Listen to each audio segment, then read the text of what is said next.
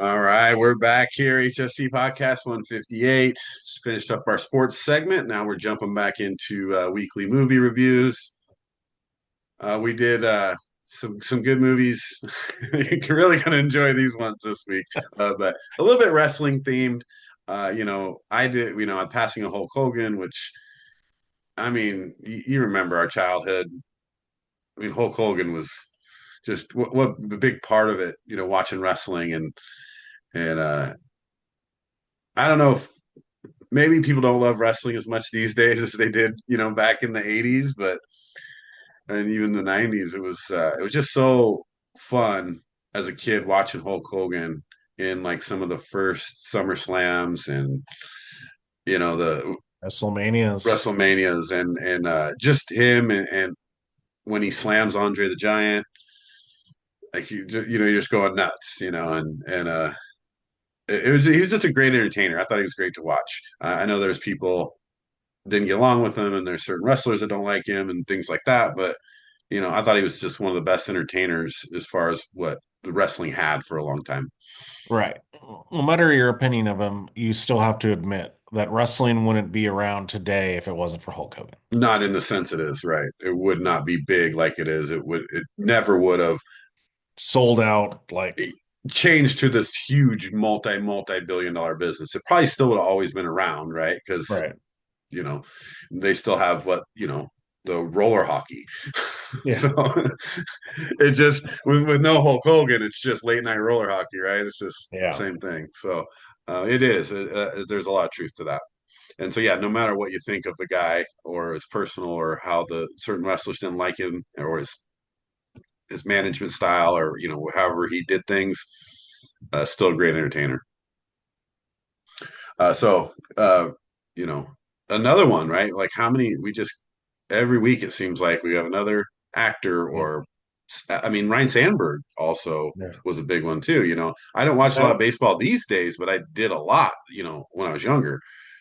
that one hurt me so much. That was the huge gut punch. Because yes, like in the 80s, staple for me was WGN watching. I wasn't even a Cubs fan, but I watched so many Cubs games Yeah. with Harry Carey and Steve Stone announcing and Ryan Sandberg at second base.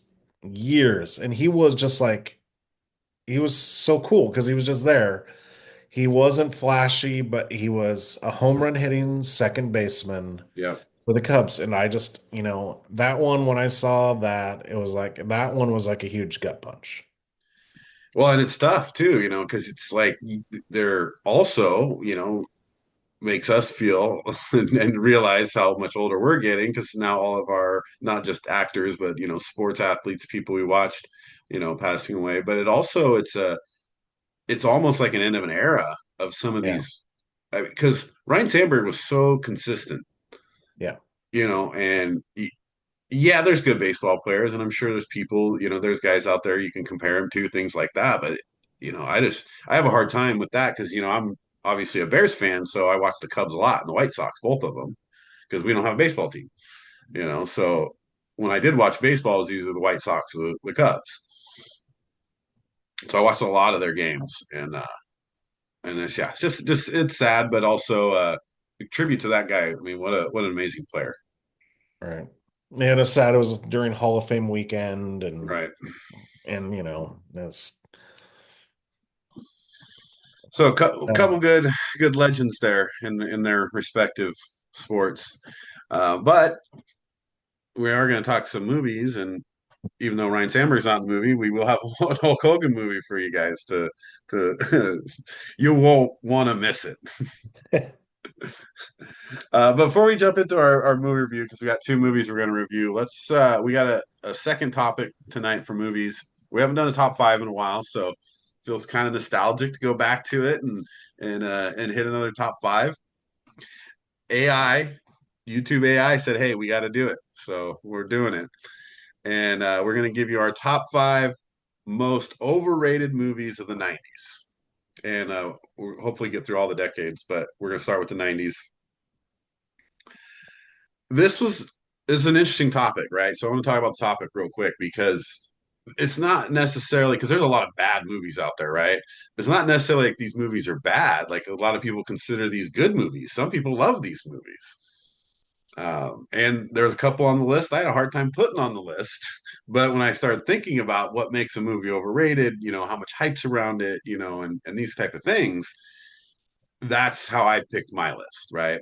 I don't think I mean, there's one movie that's questionable, but none of the movies to me are real bad, right? They're all quality movies. Just I think are overhyped and overrated. How did you think about your list when you made it? Right, yeah. That's how I looked at I got yeah, a few movies on here I enjoy, but they are to me overrated. Like well, there's like some of the one of these movies I know would probably get people with pitchforks on me. And I Oh, can see why, but yeah, I like the movie, but it's like the hype of it isn't as big as right. some of the other movies by the same director. All right, well let's get into it. So top five overrated '90s movies. Let's start with number five. Uh, I'll start with my five, and this is definitely going to get some pitchforks. For some people, but for some people might not. I put Star Wars Episode One at number five. The Menace. The reason I put it there is it's not my favorite Star Wars. It's still Star Wars, right? So it was really hard to put on the list. But you remember the hype around this movie, and then people start watching it, and then like the Jar Jar stuff and like some of the Gungan stuff, and just overall, you're just like, wait a minute, what am I watching here? Like Yeah. I'm trying to watch Star Wars, and so there was so much hype around the movie. It's still a good movie. Like the plot's good, the idea is good. It has to be because it's the first one, right? They're building up the story. Just the movie one, it didn't. It's not as good as the other ones, right? If you rank them, it always ranks at the bottom, but it still just had major hype because coming from the original trilogy to the new trilogy, it was just massive. Well, yeah, I don't think people can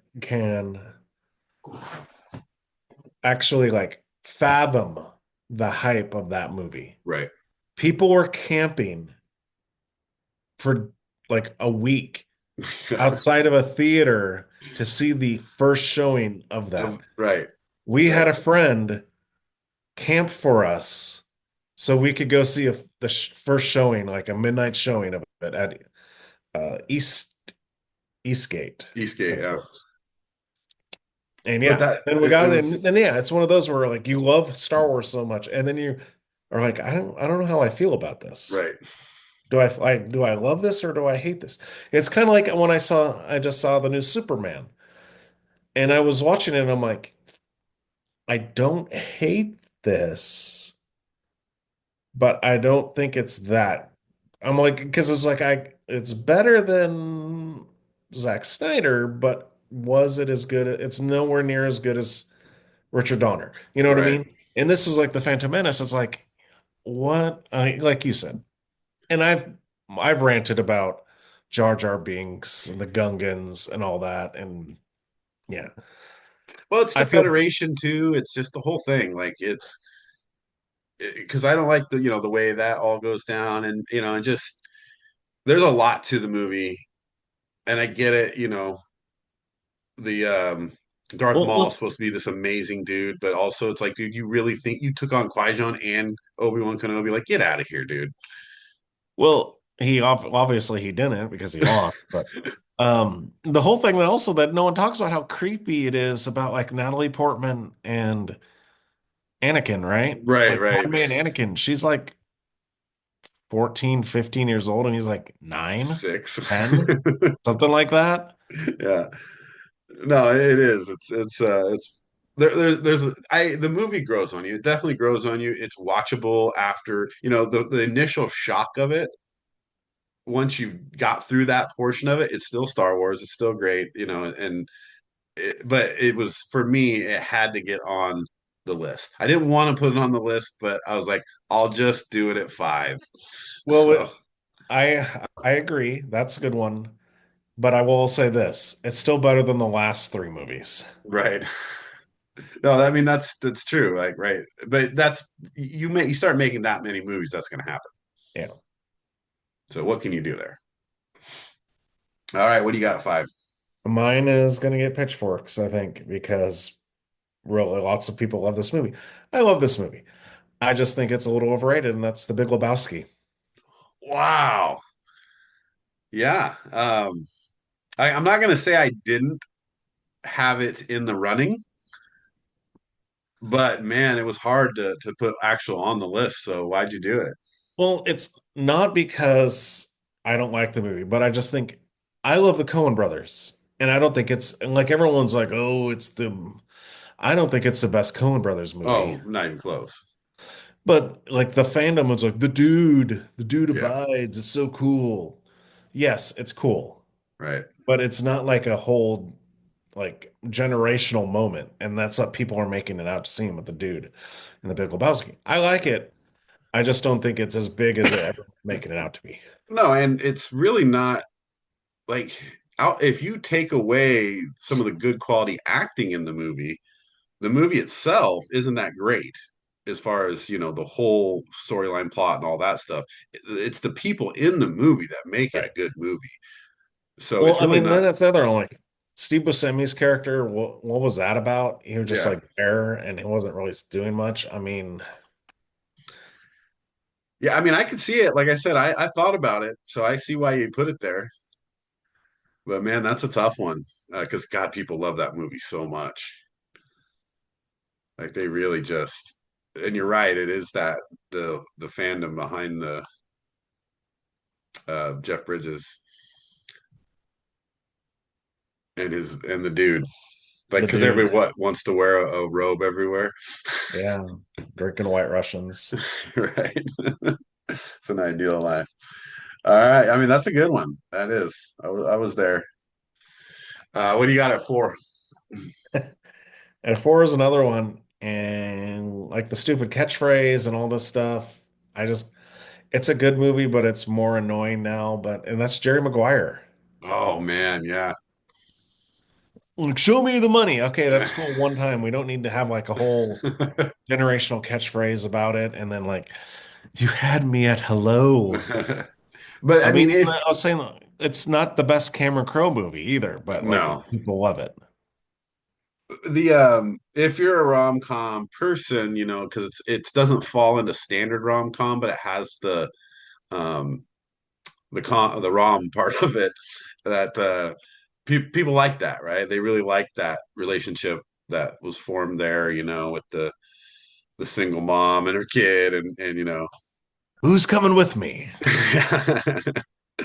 So I get it.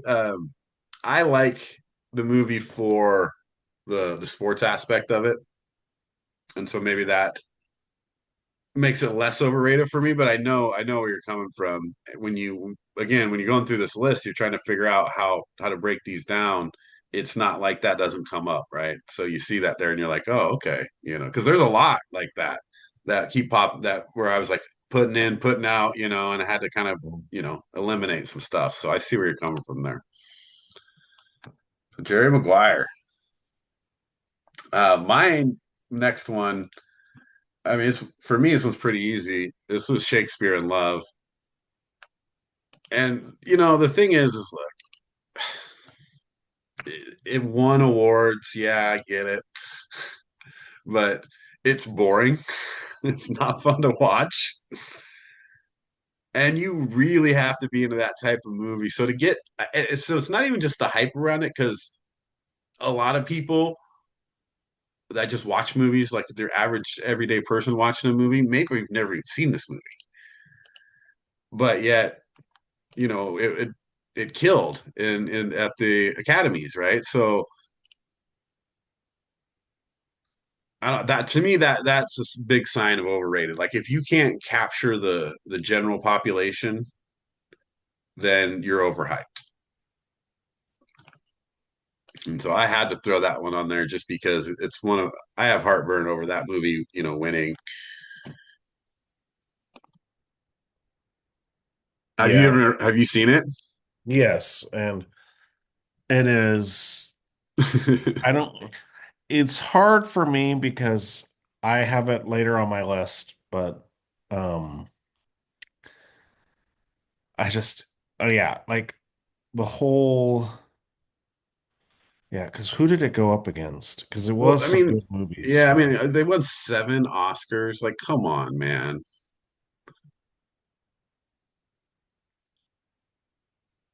let's And see. just be honest, I'm not a huge Gwyneth Paltrow fan either, so that doesn't help the cause, Well, yeah, because it went up against um I know what Life is Beautiful. which is an amazing movie. Yeah. See, and this is the other weird thing. It was only four movies nominated for Best Picture this year. And I'm sorry, but Shakespeare in Love was the fourth best movie out of the Right, four. when you look at those, Because his Life is Beautiful, The Thin Red Line, and Saving Private Ryan. yeah. Oh yeah, How can you tell me that Shakespeare in Love is better than Saving Private Ryan? I know. That's wild, dude. Well, and then some that weren't even up for Best Picture. I would take American History X over Shakespeare in Love. Right. The Truman Show I'd take over Shakespeare in I Love. love the Truman Show. I think it's a great movie. I would I take don't. It's just too many. Like I said, it's too much for it to win all that. well, and then like stuff has come out where because now you have to like dogpile on people. But it sounds like it was a Harvey Weinstein, like he put full force all of the stuff in for Miramax to get Shakespeare in Love. Right. It was all politicking to get that. I mean, that's kind of the way Hollywood is, though, Yeah. sometimes, right? But that's where, yeah, because there was, like in the 90s, especially, you had movies that it's like the Academy Awards is like, oh, we don't care what normal people like to watch. We think this is just amazing. Right. And I'm like, no, it's okay. Like We don't care Amistad. about your pompous movies. Right. I'm like, I'm sorry. And even like Tropic Thunder made fun of it all, right? With all Right. their like the Robert Downey Jr. and Tobey Maguire. Dude, I love Drop of Thunder. It's so funny. So I can, yeah, oh, spoiler alert, Shakespeare in Love is my number two because that Number shit, two. it was very boring. Right. That's the whole problem I have with the movie. It's like it doesn't keep you captivated at all. Like it doesn't make me want to finish watching it. Right. A good movie is a movie I start and I'm like, I'm in it until it ends. And so it's just not a very good movie on top of the overhype though that Hollywood had around it and the Oscars. So I definitely had to put it in my overrated list. Let's see. So my number three, this is an interesting one because I don't know that people realize the hype that was around it because it kind of wasn't the greatest movie, but Wild Wild West. And if you remember at the time, like Will Smith was just popping off right at this time, and it had what's his name, Kevin Kline. Kevin Kline, right? And so this was a huge budget, right? It's going to come out and it's going to be this amazing remake of Jim West and Wild Wild West, and it's going to be the greatest movie. Like what's her name? Selma Hayek was in it.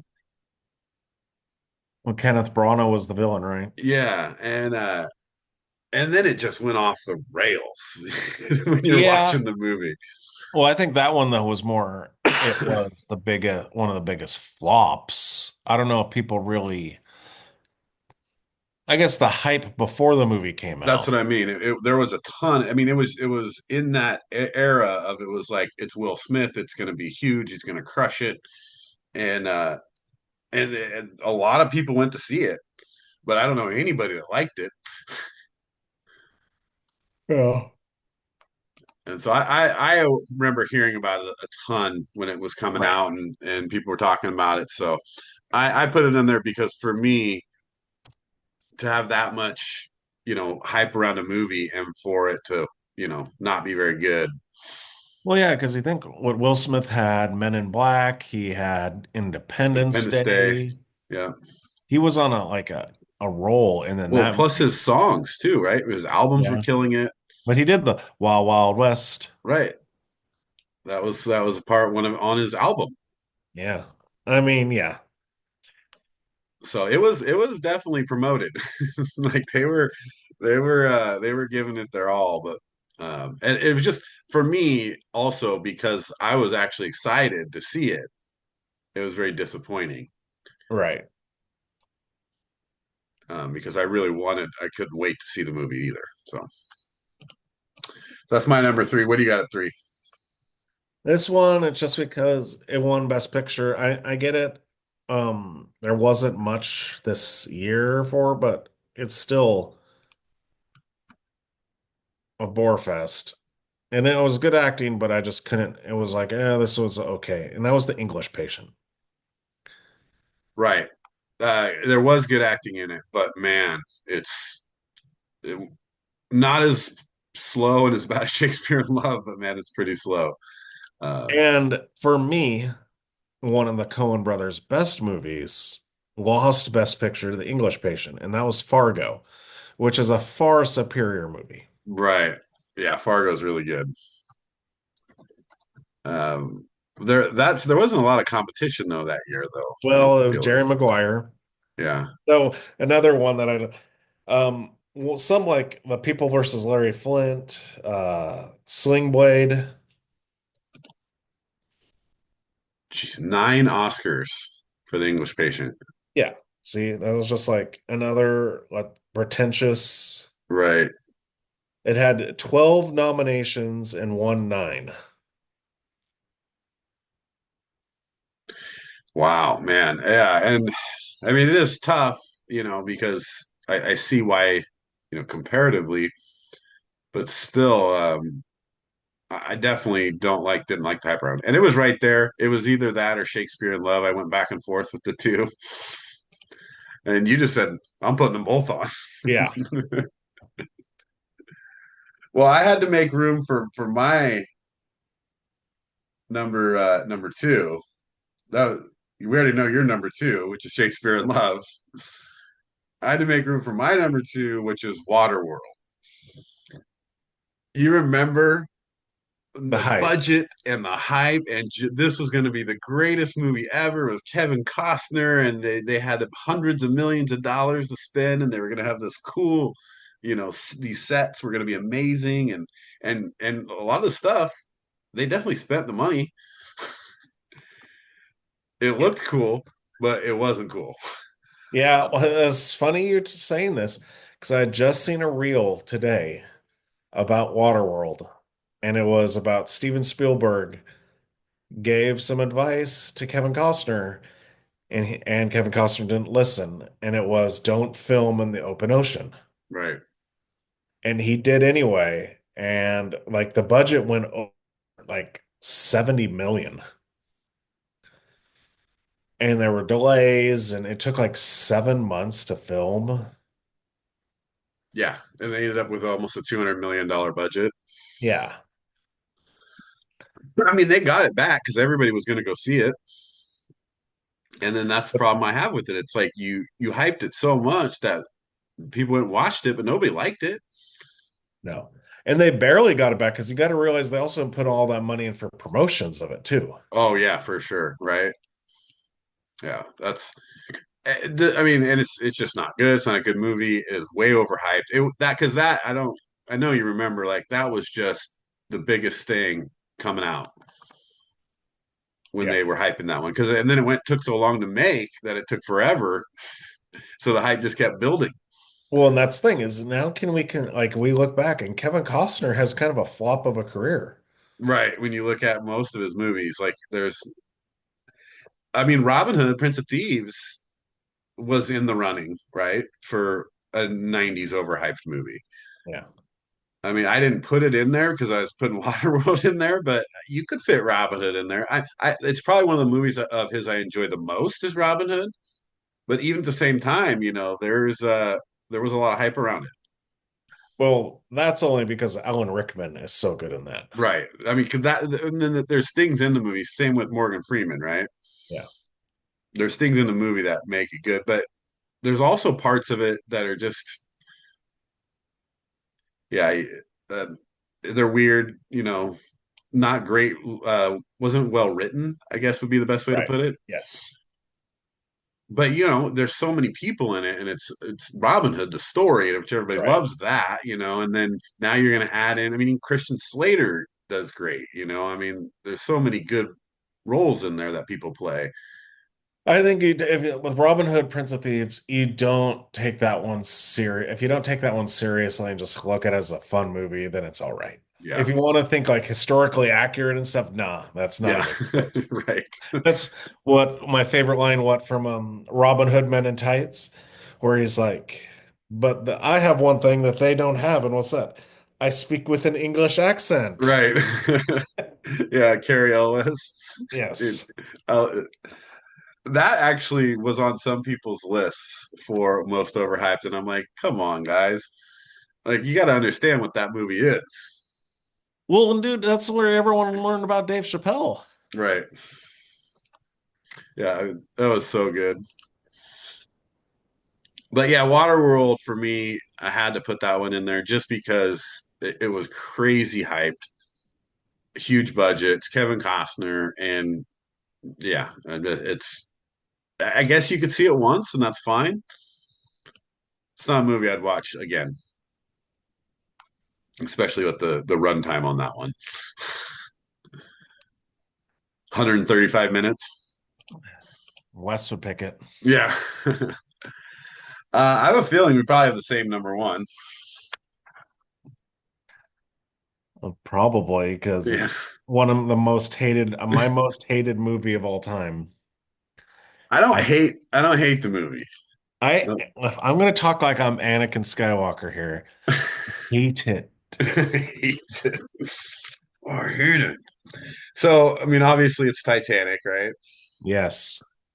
It's I think definitely I hate it because it's so overhyped. right. And there's no way it should be tied for the most Academy Awards won ever. That's Right. where I get. And I'm sorry. Titanic is not better than As Good as It Gets. It's not better than Good Will Hunting, and it's definitely not better than LA Confidential. No. Yeah, I don't. The amount that it won, first of all, is crazy. But the hype around it, though, and it's not even just like the hype at the time. Like it's today, even. Like you try to tell Holly, or somebody that likes the movie that it's not a good movie, they just lose their minds. Especially, women that watched this when they were in their late teens, right? They watched this 100 times. Yeah. What I love about it is like when you're an adult, you realize that Rose is just the big selfish person that Right. um cared more about a 3-day fling than her husband that she'd That been married to all those years. well, And she just in had like a million, like, how many $1 million thing that could have, kept her family of everything just because she wanted to keep the memory of some dude she laid when she was a young girl. right that in the 3 days, well, why not even 3 full days, right?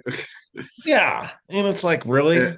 and you go throw the heart of the ocean over the edge. Yeah, where Well, this guy, Bill Paxton's character has been looking for this thing forever, and you just decide to callously destroy his career right, by just throwing it overboard. right, and talk about selfish, dude. Like just the whole on the board in the ocean thing.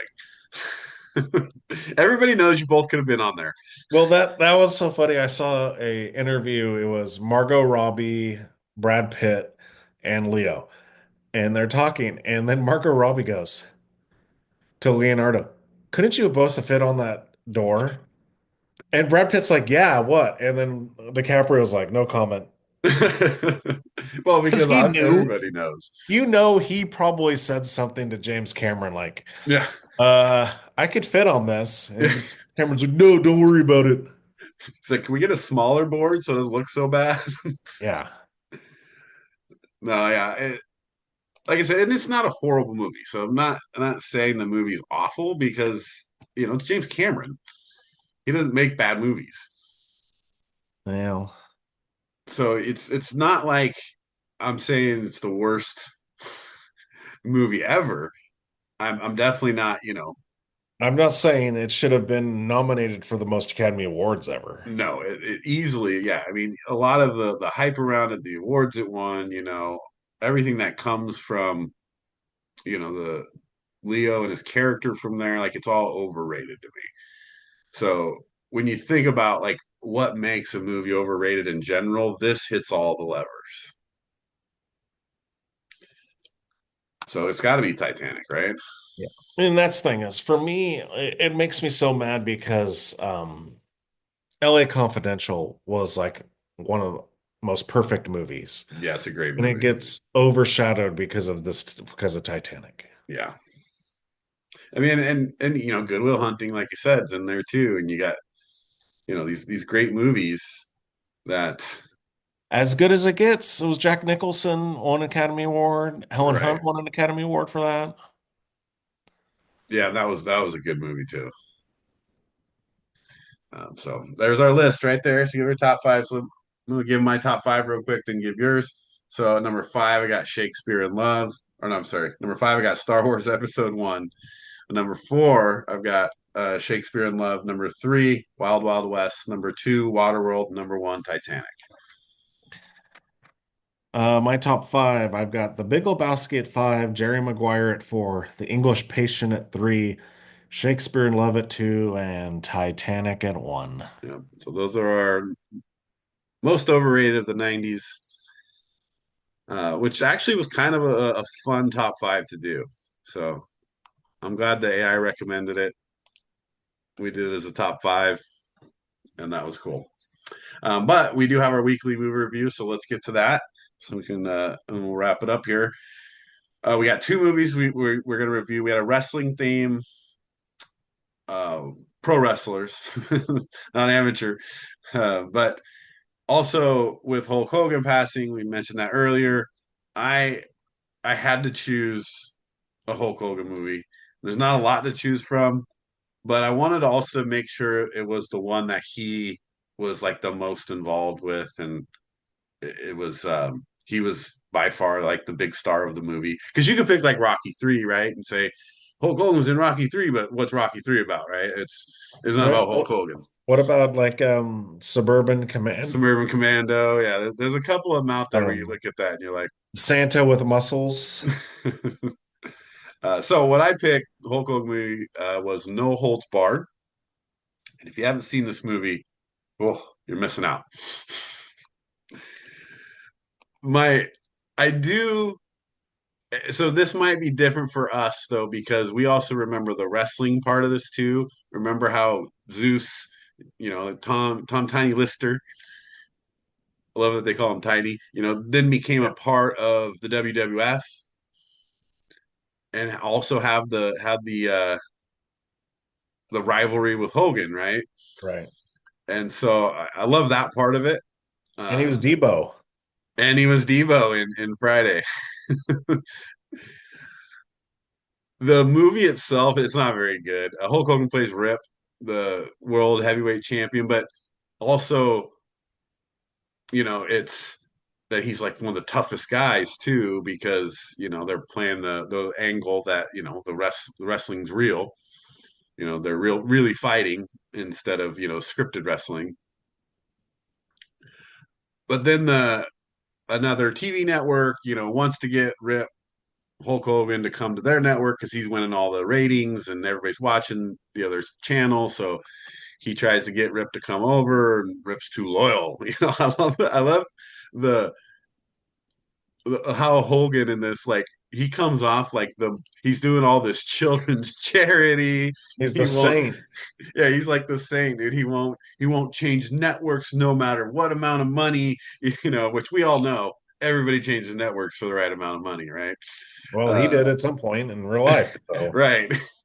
And then yeah, then all of his just charity work with the children and like the romance part, um and then they got him eating at like a French high-end restaurant, things like that in his spandex. And oh man.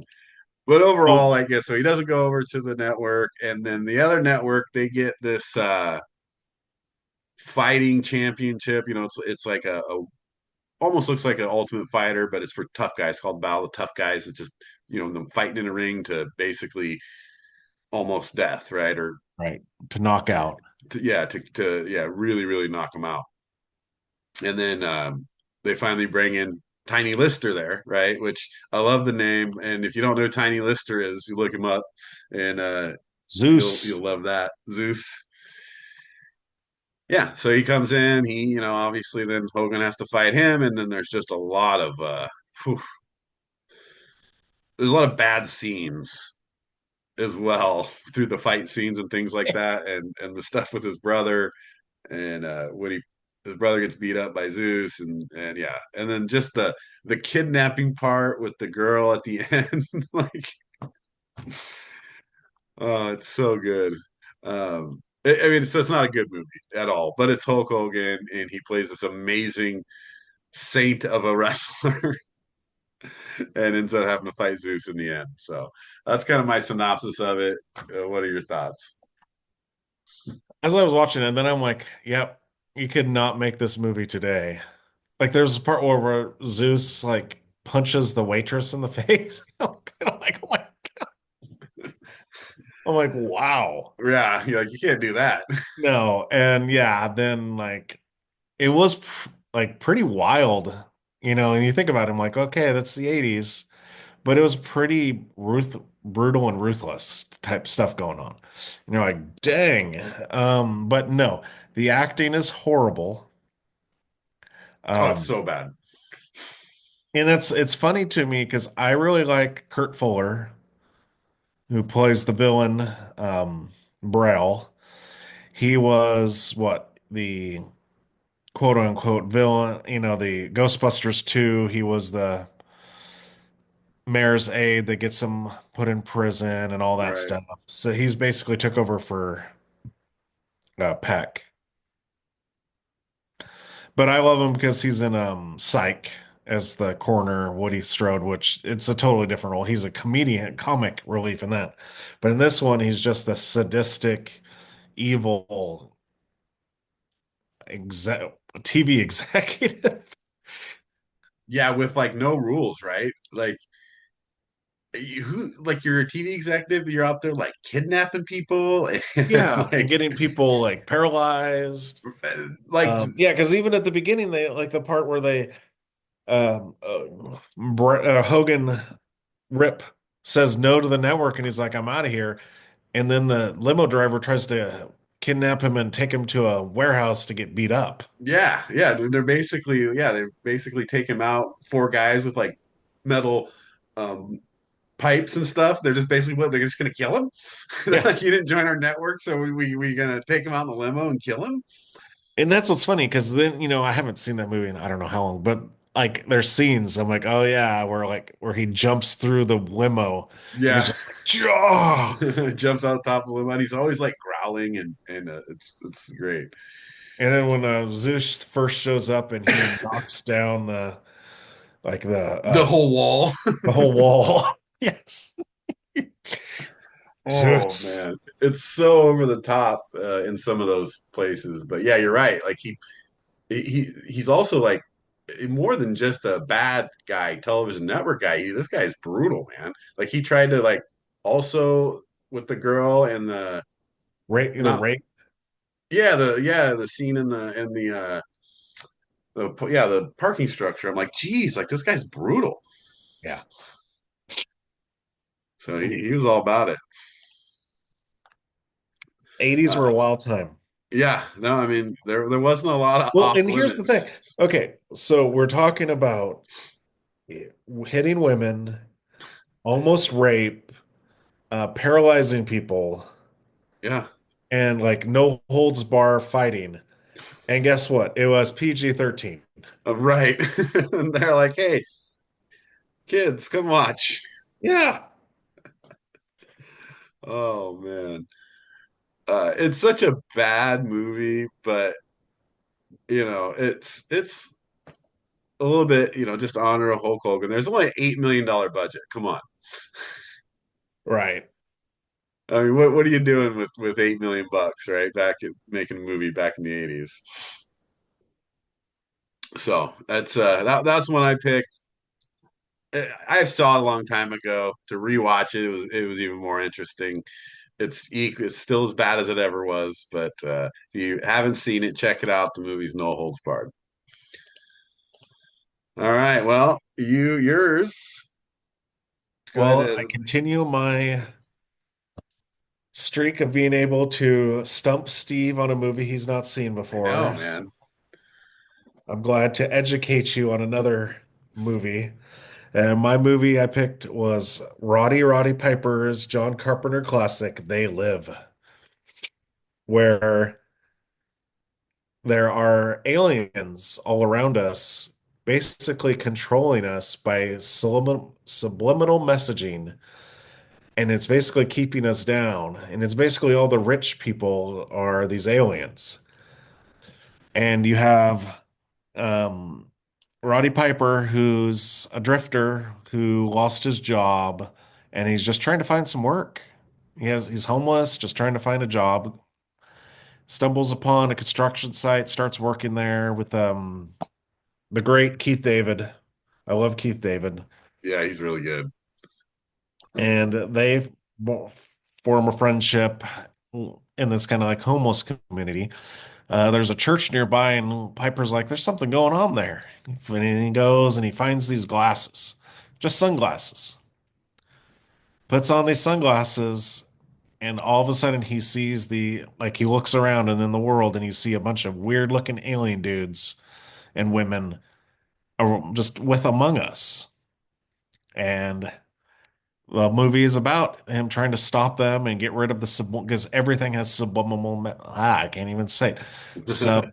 Subliminal messaging in it. The TV, the newspaper, the magazines for like to obey and to not think about anything and just to live your life and not worry. So these aliens can harvest and take control of the world.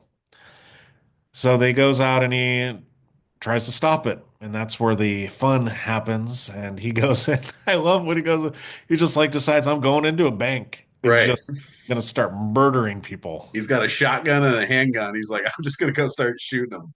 Yep. And he's, two things I love in this world, chewing bubble gum and kicking ass.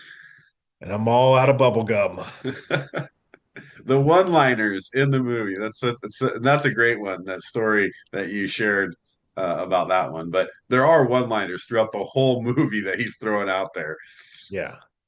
Well, and then I sent you that thing. It's basically him, like just from his, because Piper was the king of like one-liners in Right. wrestling.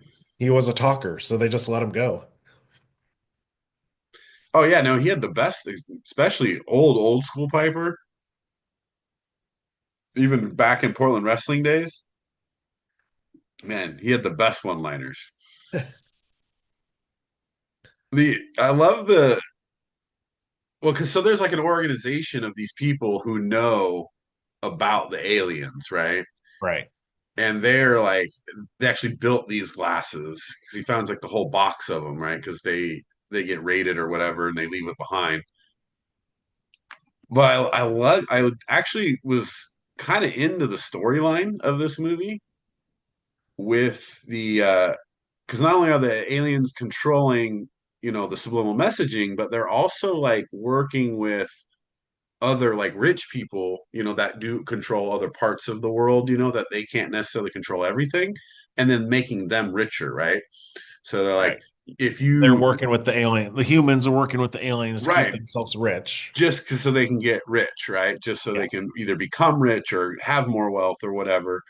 And just like little things, just like how they you global warming is caused by them because they needed to make it like their home planet, and you start thinking about this stuff that happens in the world today, right? Like everybody's talking about billionaires, how they're horrible. We need to tax the rich, we talk about climate change, like all this stuff. And it's like maybe it's the aliens doing it.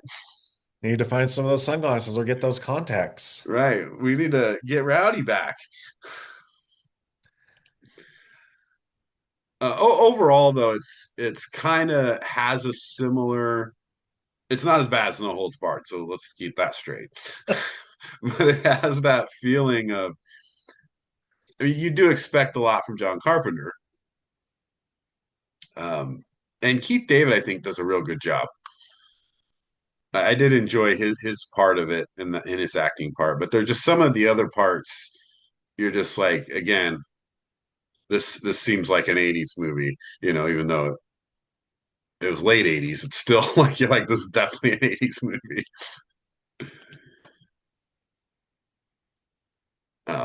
Worth watching though, right? I mean, it's not horrible, so it's not something that you're really disappointed, I guess, that you watched the whole thing.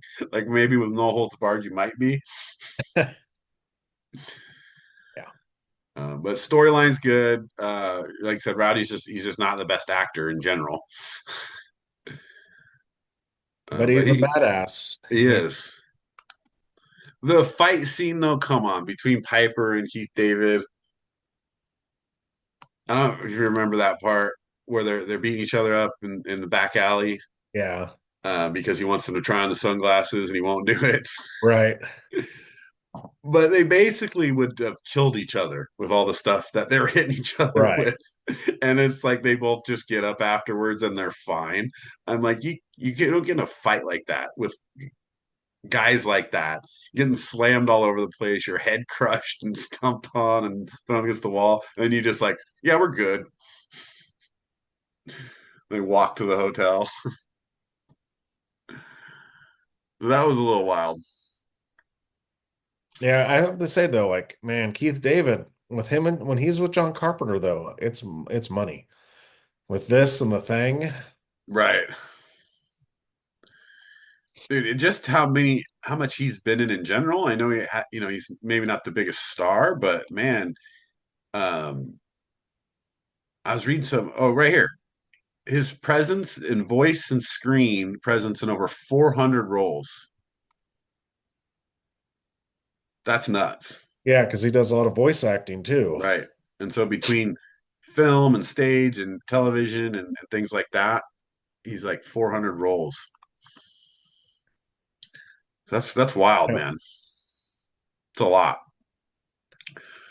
But again, here you go. The whole budget here for They Live was $3 million. Yeah. But it was better than No Holds Bar. Isn't Right? that crazy? They had 8 million. It ain't no Waterworld though. They didn't have 270. But yeah, come on. Like Keith David, there's something about Mary, right? Right. Oh gosh, so good. How do you get the How'd you get the Frank over the beans? Or how'd you get the beans over the Frank? It's like, so funny. Oh man.